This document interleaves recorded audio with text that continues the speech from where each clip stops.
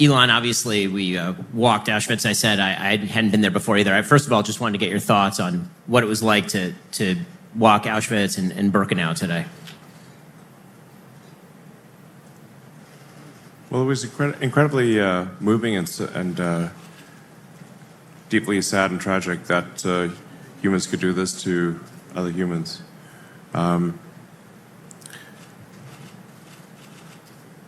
It's good to have the memorial, as the plaque says, so that it never happens again. No, I mean, I'm a student of history, so I'd seen the pictures, I'd seen the videos, but it's not quite. It hits you much more in the heart when you see it in person. I'm still absorbing, frankly, the magnitude of the tragedy that I witnessed, or the place where the tragedy occurred. But I think it'll take a few days to sink in, frankly.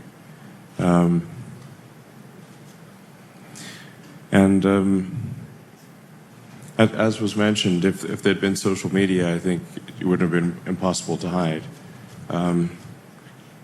If there's been freedom of speech as well, so. One of the first things the Nazis did when they came in is they shut down all the press and any means of conveying information. So, and it's worth noting in the United States, the First Amendment in the United States was freedom of speech, because the people that came to the United States from other countries did not have freedom of speech. That if they had said something, they could be imprisoned or killed. And that's why the first correction to the Constitution was the ability to say what you want to say and not be thrown in prison or killed. Elon is obviously the CEO of X, which is the largest news service on the internet, the place where a huge number of people, including me, get the news. You've been committed since you took over to a much broader perception of free speech on the outlet. And that's led to a lot of criticisms about suggestions of rising anti-Semitism on the outlet as well. I can say for my own part that the broadening of speech on Twitter, I think, has been, and on X, has been an excellent thing. One of the things that I was able to do, for example, in the aftermath of October 7th, was actually put out full footage and pictures of what exactly was happening. You can see what's really happening, so people and the true horror. The true horror is something people need to be able to see if they want to see it. And the community notes feature has allowed for people to, even when things that are false are put up that used to maybe pass in real time, now you can correct all of that. How do you balance the necessity for free speech with all these critiques about, what is hate speech, what is anti-Semitism, and how do you balance that? Well, the general bias of the platform is in favor of free speech. And I think at the end of the day, free speech wins in that if somebody says something that's false, especially on our platform, you can then reply to it with the correction. And then I'm a huge fan of community notes. We've put maximum resources and attention behind community notes. So if somebody tries to push a falsehood like Holocaust denial or something like that, they can immediately be corrected. And you can't get rid of the tag. It's like stuck on you. So I think it's and the overarching goal for the X platform is to be the best source of truth in the world. So now one can. It's difficult to get to perfect truth, and sometimes people have different interpretations of truth. But one can always aspire to be as accurate as possible and to minimize the error between what is being said and reality. Relentless pursuit of the truth is the goal with X, and allowing people to say what they want to say, even if it's controversial, provided that it does not break the law. I think that's the right thing to do. And setting the new standard for the town square, as I say, has allowed for more speech and more availability of information than ever before, certainly on the platform. And you recently didn't just go here. Obviously, after October 7th, you went to Israel and you saw the wages of horrific anti-Semitism in the various kibbutzim and moshavim. I saw all the videos. I saw a lot of video. Yeah. Yeah. It was shocking to see. I think maybe the most shocking thing was to see the delight in killing innocent people, like the delight in killing kids and defenseless women and men, and there was no remorse. Quite the opposite. I mean, that requires a level of indoctrination that is extremely intense. So I think that to solve that, you have to address the source of the indoctrination. Because no one should ever be glad about killing some child. I know enormous number of Jews, myself included, are very moved that you continue to wear the necklace in remembrance of the hostages. Still have it.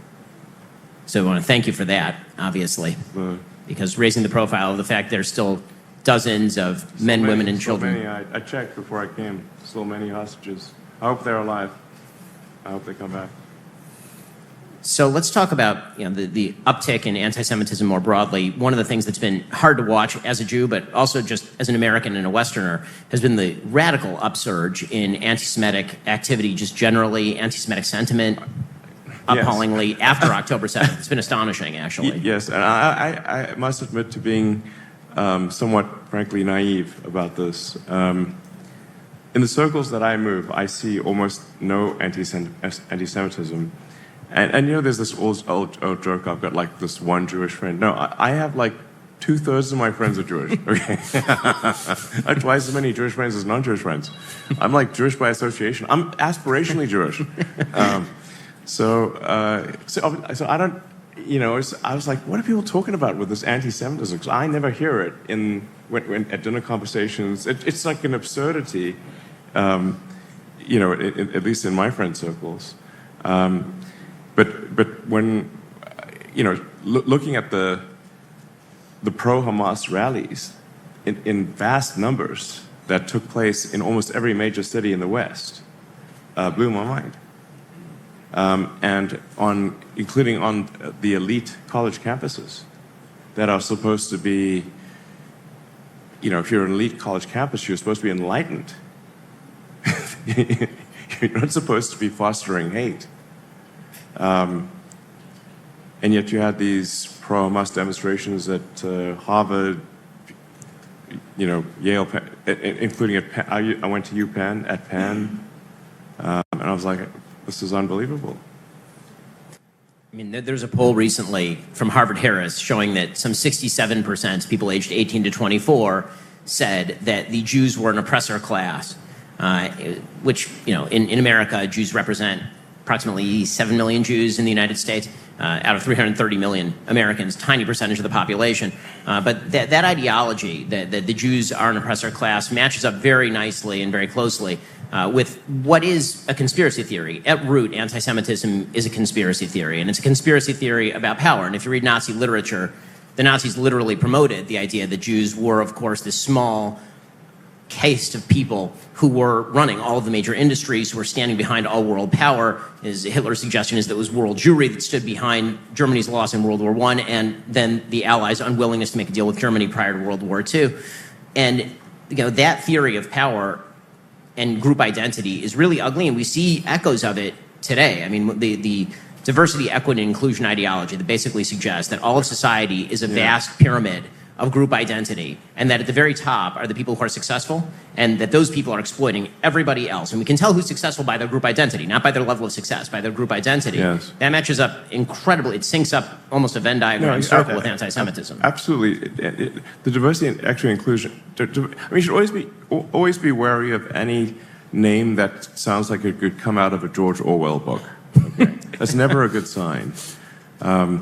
Because it sounds like, sure, diversity, equity, inclusion, these all sound like nice words, but what it really means is discrimination on the basis of race, sex, and sexual orientation, and it's against merit, and thus I think is fundamentally anti-Semitic. So, yeah,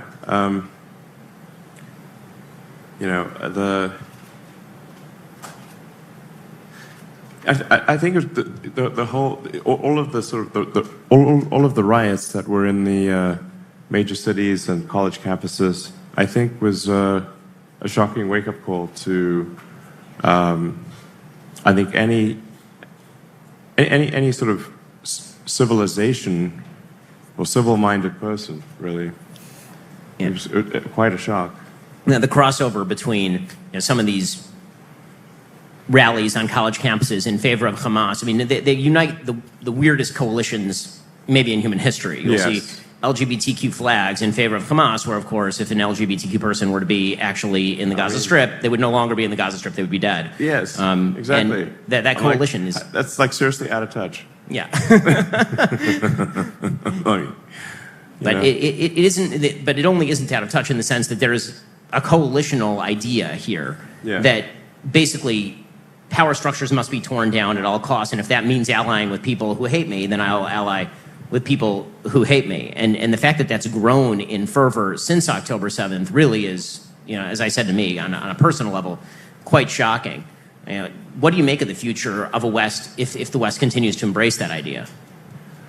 Well, I think we really need to stop this principle that the weaker, normally weaker party is always right. This is simply not true. If you are, in quotes, oppressed or the weaker party, it doesn't mean you're right. Because if some of those, weaker groups want to annihilate you, that does not make them good. We have to get rid of the rule that if you're weaker, you're automatically good. That's obviously makes no sense. It often makes sense, whereas like, okay, you don't want to beat up on someone smaller and weaker than you, but if that smaller group wants to kill you, they're bad. Okay.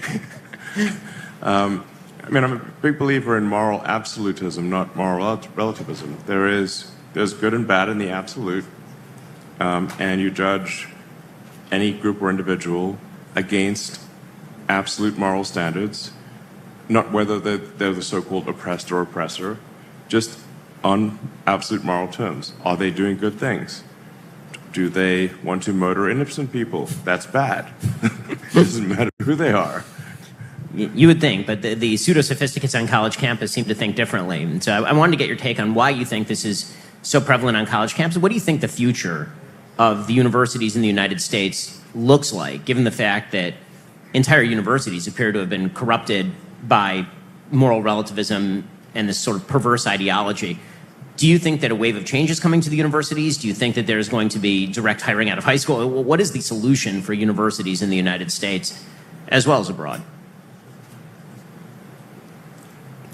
I think we need to return to where things were, or mostly were, which is a focus on merit, and it doesn't matter whether you're a man, woman, what race you are, what beliefs you have. What matters is, how good are you at your job, or what are your skills? You could be a three-legged green Martian, wears a kimono and drinks yak's milk. Who cares? It doesn't matter. What matters is like how good is your work. That's it. That's the least sort of racist, sexist you can be. Is just care about the work that somebody does and not anything else. That's what the focus needs to be to return to. Yeah, it seems as though you mentioned earlier the sort of problems of attacks on the meritocracy, and one of the claims is that there's no real meritocracy. There's a pseudo meritocracy, that basically all the institutions are run for the benefit of those who run the institutions, and it feels like there is some truth to the idea that institutions have lost credibility with the people, particularly in the West. And in the backlash to that, I think that there's now sort of an idea that if we do away with all institutions and all limits on moral behavior, then that somehow is better. but there needs to be a recapturing of the institutions, or at least a rebuilding in place of those institutions, new things. And that's something, obviously, that you're very focused on, not only with X, but your other companies, is building new things, innovation, try and create our way out of the problems that we've created for ourselves. Yeah, I think generally people should always be wary that they may have either consciously or perhaps mostly subconsciously internalized the notion of a zero-sum game or a fixed pie. And if you internalize that everything's zero-sum, meaning like in order for me to get ahead, someone else has to not get ahead, or for me to have stuff, someone else must not have stuff. If you have that axiomatic flaw, then what it needs to be done is to fix that axiomatic flaw, because it is false.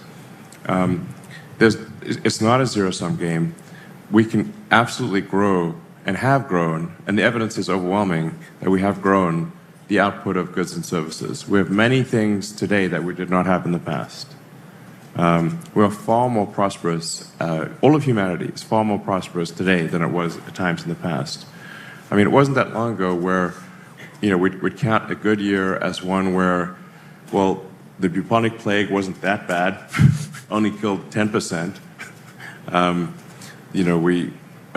Not that many people starved through the winter.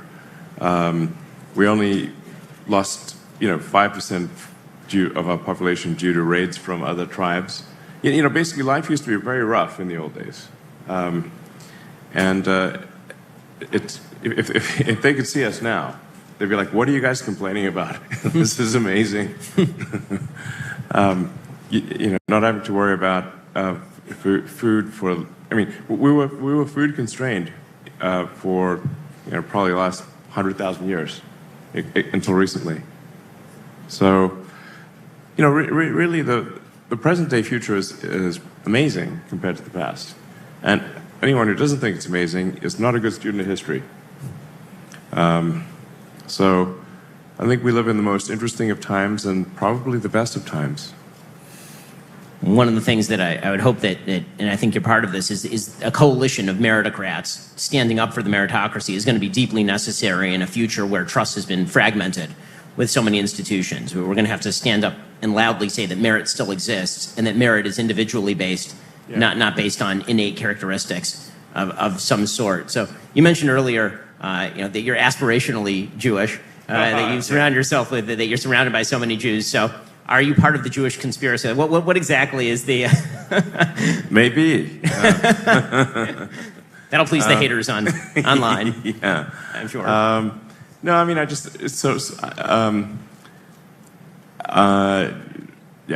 grew up around a lot of Jewish people. I went to Hebrew preschool, Rachel Shapiro in South Africa. My name is very Jewish. I will tell you that for the past 10 years, people have assumed in my community that you were Jewish until I informed them otherwise. Yeah. Elon is a pretty Jewish name. He's super Jewish. Yeah. And then I went to Israel when I was 13. Visited Masada. I'm certainly checking the boxes on a lot of things. Like I said, most of my friends are Jewish, just worked out that way. So sometimes I guess maybe I forget. Am I Jewish? I'm Jewish. Aspirationally Jewish. So, when you hear critiques about X, right, about the amount of anti-Semitism on X, what are the metrics that you're seeing from the inside about the amount of anti-Semitism or quote-unquote hate speech, because it's always a vaguely defined term, hate speech, on your platform? Yeah, the outside audits that we've had done, at least the ones that we've had done, show that there was the least amount of anti-Semitism on X. If you look at all the other social, it's never going to be zero. If you've got 600 million people on a platform, expecting it to be anything to be zero is extremely unlikely, because you've got 600 million people on a platform. But when they compare us to Instagram, TikTok, TikTok's actually got a lot of anti-Semitism. TikTok is pretty terrifying. If people have not checked out TikTok, the algorithm is absolutely pushing you toward pro-Hamas material. Yes, it is. I believe it's we have TikTok has like 5 times the amount of anti-Semitism per post than we do. So it's not, like I said, it's not going to be zero. To the best of our knowledge, has the least amount of anti-Semitism of any platform. Legacy media has spent an awful lot of ink on you. There's been a lot of attempts to paint you as anti-Semitic or paint X as anti-Semitic. Where do you think that's coming from? Why does the legacy media seem to have you, particularly in the last year and a half, in the crosshairs so much? Well, I mean, the reality is that X is competition for the legacy media. So, X is where people go to get the most current news and learn about the world. So, the legacy media is our direct competitors. So they're really going to find every angle to try to cancel X. I mean, if you want to know why things are happening, look at the incentives. So, and legacy media has had a tough time with respect to usage. The numbers I saw was that the sort of traditional print cable television viewership went down something like 20-30% last year. On the other hand, X went up roughly that same, roughly 20-30%. So it's a direct competition for people's attention. So if there's some attack they can levy against me, they will.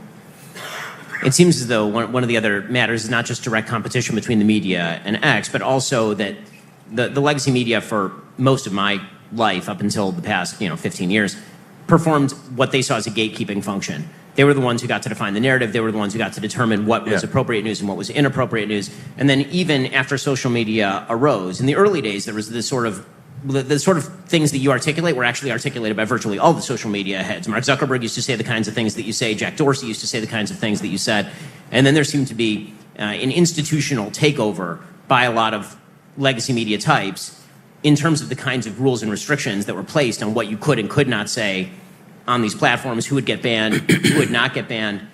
Advertisers weaponized against particular outlets if those outlets didn't follow the diktats that were put forward by these types. And it seems like since you took over, one of the biggest objection of all is that they're not performing the gatekeeping function anymore. Someone else is. Well, yes. I mean, I don't think that there should be a gatekeeping function by a small number of individuals. I mean, if you say like for newspapers in America, there are about 5 editors that decide what gets put on the front page, or what to focus on or what not to focus on, and most of the other papers just copy them essentially. So, but is that really what we want? Do we want just a handful of people deciding what they think is important, or should it be that the people decide what's important? And I think it should be sort of an organic thing where the people decide what's important and what to focus on, not just a handful of editors. They don't like the fact that this power has been taken away from them, but I think it should be.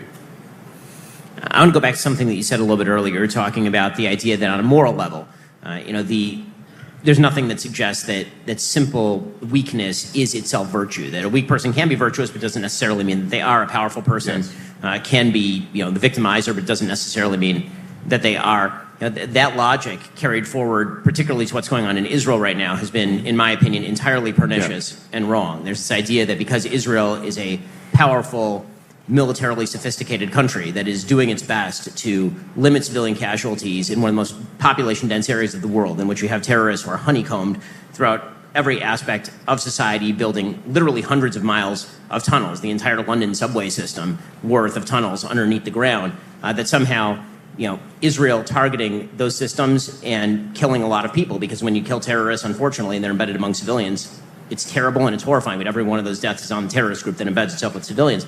There's been this logic has been mapped onto that conflict, that smaller and weaker means morally virtuous because victimized. Yeah. It really has come completely full circle from, or 180 degrees from what has historically been the case.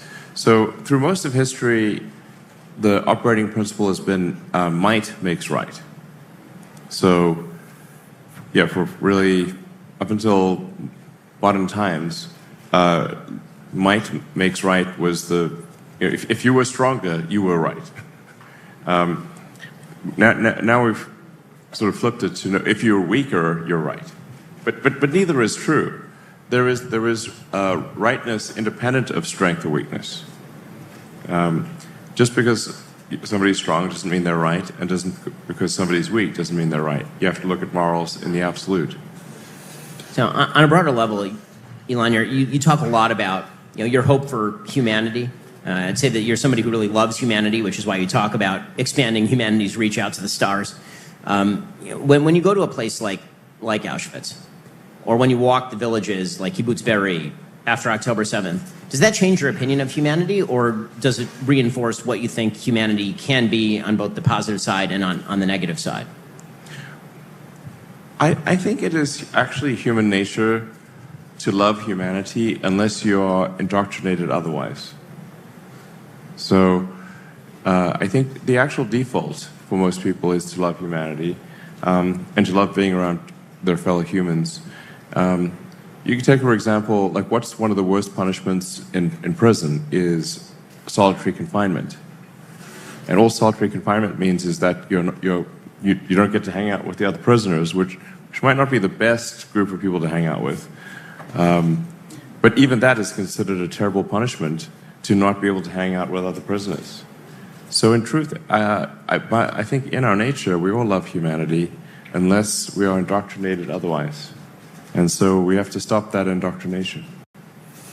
So how do you think that people ought to pursue that? Because obviously we have seen indoctrination at a wide variety of levels, ranging from sort of soft indoctrination in various schools in the West to very, very hard indoctrination that you see in, for example, the Gaza Strip, where kids are literally, unfortunately, at very young ages, they have graduation ceremonies that we've seen tapes of where they're reenacting kidnapping of Israeli soldiers or killing of Israeli soldiers, for example. That fundamentally has to be addressed, or there will not be peace. The education of kids in Gaza, the indoctrination of hate into kids in Gaza has to stop.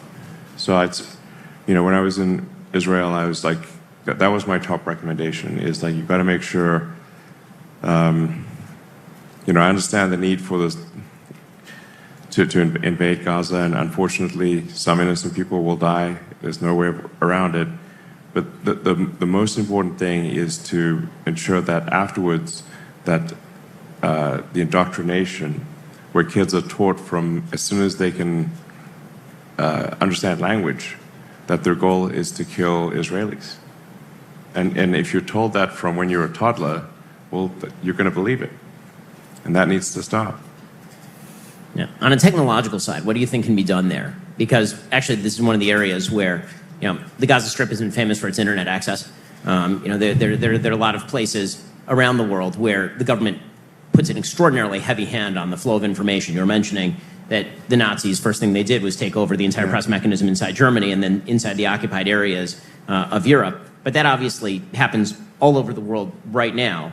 And one of the things you've used Starlink for is to try and open up some of those avenues of information. But what can you do? What should we be aiming at? It's worth noting also that the Nazis engaged in extreme censorship within Germany for anything that was pro-Semitic. I'm not sure I don't know how many people are aware of that, but they censored any pro-Semitic, anyone who tried to defend the Jews in Germany. Anything pro-Semitic was censored. So, I think freedom of speech and rigorous pursuit of the truth is one way to to defeat hatred. When I look at the United States, maybe the way. Yeah. Well, when I look at the United States, one of the things that seems to be breaking down, and when the first element historically, maybe the last element of a society in a state of mental decline, is a vast outbreak of anti-Semitism. This is what was happening in not only Nazi Germany, but historically. Countries that are in a state of decline tend to have wild outbreaks of anti-Semitism. And it seems to me that one of the key things that can reverse that process is the rebuilding of local institutions. Mm-hmm. And as local institutions break down, you see sort of this fragmentation of the population at large. how do you merge the need for technological development with the building of those local institutions, families, churches, schools, the kinds of things that societies are built upon? Yeah, actually, I should say there were really three things that were my strong recommendation visiting Israel. One is, obviously, one has to get rid of Hamas fighters where reform is impossible. Their only goal is to kill Israelis. They got to be either killed or imprisoned, because otherwise they will simply kill more Israelis. Then the second thing is you've got to change the indoctrination in the schools so that kids are not taught to hate from the moment they are 2 years old. And then the third thing is, and which is a very hard thing to do in this situation, is conspicuous acts of kindness to the people in Gaza. Conspicuous acts of kindness to the people in Gaza. It's just that much harder to hate someone if you do nice things for them, even if they try to bite your hand when you do it. Keep doing it. And you look at the Marshall Plan after, look at the difference between World War I and World War II, where after World War I, Germany got an unfair share of the blame. It led to immense bitterness. It's what allowed Hitler to rise to power, was the embittered German soldiers from World War I. But then you look in contrast to what happened after World War II. You had the Marshall Plan. So you had, you had the United States coming in and actually funding the rebuilding of Germany and the rebuilding of Japan. How often does that happen in history? But look at the results. No war with Germany, peace with Japan and Germany for now. Soon it'll be almost a century. So when you look at the state of the West right now, as somebody, maybe it's all the doom scrolling, but when you look at the state of the West right now, you're very optimistic. It sounds like. I find it hard to be optimistic in this moment. It's been a very ugly couple of years. From Ukraine to the current conflict in Israel and Hamas to domestic politics in the United States and everywhere else. It seems like there's a lot of polarization, a lot of fragmentation. What do you think is the future of the West? Can we come together around any sense of shared common values, especially given the fact that everybody is kind of drinking from the fire hose of information? One of the downsides the upside of information is the availability. The downside is, choice paralysis and overload. I mean, you can definitely get information overload. There's so much information coming at you these days because you can get all the world's information in real time, and it's impossible for one human to digest all that.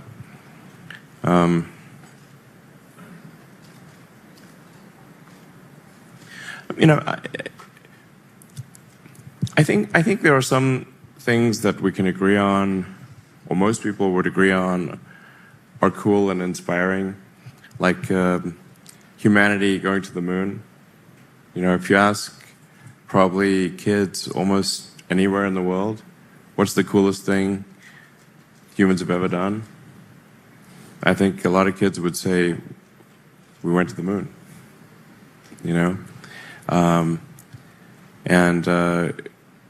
so I think we want to continue that spirit of exploration.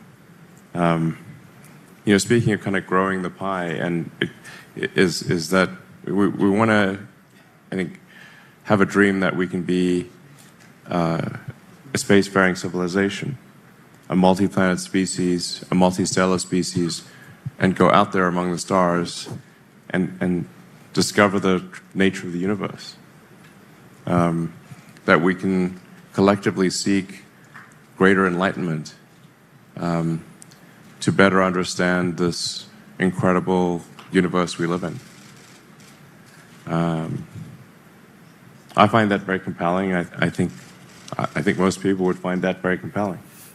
I think embedded in that is also, as you say, that core value of meritocracy, because it's one thing to say man can go to the moon. It's another thing to say I can be part of man going to the moon. And a meritocracy suggests that you can be part of that. It's not just that human beings are capable of doing the thing. It's that you can be a part of that thing if you work hard enough, if you innovate enough, if you try hard enough. And so societies that seem to have given up on that also seem to have given up on going to the moon. Societies that are so reflective about their own supposed flaws, the United States has this problem right now, that they are unwilling to simply say freedom is pretty phenomenal and meritocracy is the greatest thing that's ever been invented. And we should hold on to that. And that's what's going to allow us to get to the moon. That stops us from going to the moon or to Mars or to anywhere else. Yeah, I mean, there's many wonderful, interesting things that are happening besides space exploration. Obviously, as time goes by, we improve our ability to cure cancer, to cure many diseases. There's increased access to information. And people talk a lot about inequality, but what about the equality of access to information? That's incredible. You know, right now, if you've got you know, a very cheap electronic device at an internet cafe, you can access all of the lectures of MIT for free. You can access almost any book. You can learn anything. This is an equality of access to information that was unthinkable even 20, 30 years ago. You can teach yourself how to do anything for free. That's amazing. Maybe there's like too much focus on the things that are unequal, but we forget about the things that are equal and that have improved inequality so much, like access to information. You know, that's one of the things that we're trying to help out with Starlink is provide access, internet access to people who don't have internet access or where it's too expensive for them to afford. Because once you have internet access, you can learn anything and you can sell your products and services. So I think that's pretty amazing. I mean, you know, that's sort of like, if we're going to count our flaws, we should also count our blessings. Yeah. One of the things that I think is amazing about what you've been doing, Elon, is that it's not just, you know, the business side of you that's important. Obviously, you've become this unbelievably, you know, large figure looming in the public imagination, and that means that when you tweet, it has, you know, impact that is very large.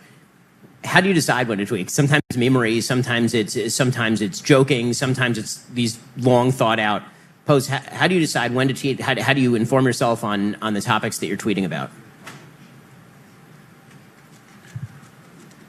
Well, I do post a lot on the X platform. You know, sometimes 100 times a day. So, you know, once in a while I'll do something dumb, for sure. But I really, you know, I try to say things that I think are interesting or funny. I mean, there must be some reason why 169 million people follow me. I guess. I don't know. I must be keeping them amused in some way. So amuse, entertain, you know, have opinions on something. Sometimes they're wrong, sometimes they're right. You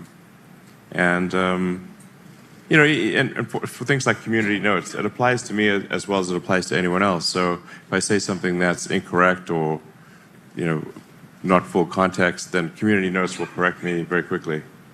So, but it's only me doing these posts ever. I don't have a team or anything. In fact, I generally would recommend for leaders of the world to just literally post your own stuff. And once in a while, you'll make a mistake. Don't worry about it. So, yeah. Can't win them all. Nobody bats 1,000. So, obviously, where we visited today, you know, the big takeaway always is never again. I think that the question that a lot of Jews worldwide asked after October 7th and after that wild upsurge of anti-Semitism, which we've seen, the Jew hatred that continues now, is whether never again really for a lot of people meant never again between the years 1939 and 1945, or whether it actually means never again like right now.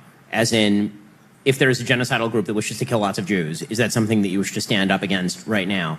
And when you look out at the world and the state of the world. You know, the video that EJ put up a moment ago suggesting that the Holocaust would have been somewhat mitigated, or people may have had more information. Or been able to, certainly been able to escape earlier. I mean, one of the things that's astonishing, obviously, about the history of the Holocaust is how many Jews, because they were only getting partial information, it was slow and it was gradual, and by the time they wanted to get out, it was just too late for them to get out.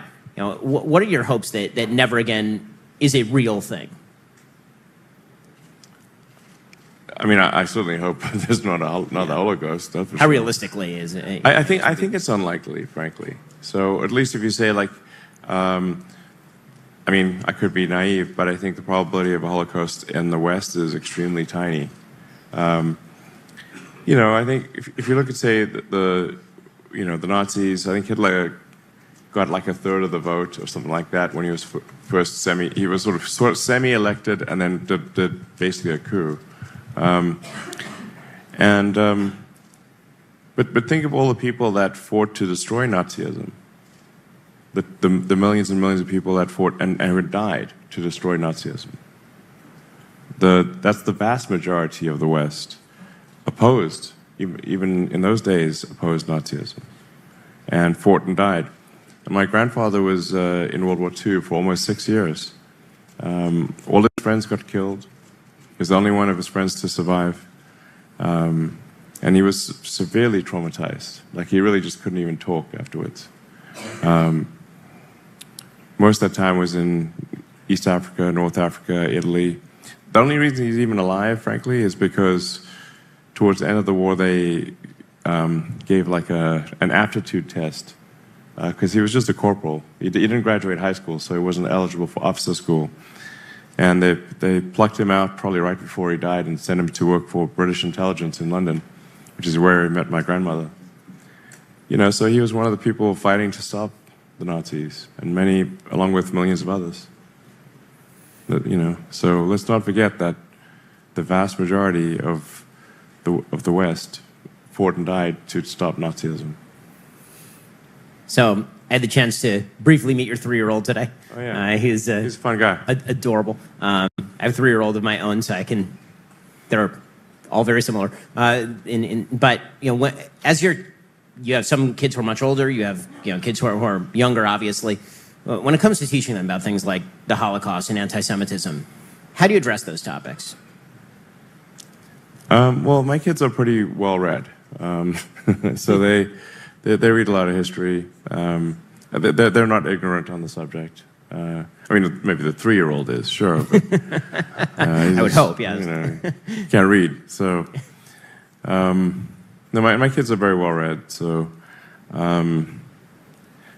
But I have had some sort of disturbing conversations with sort of some, say, nephews, or some family members, not my kids, but kids of family members where I was actually shocked to see anti-Semitism, or at least, yeah.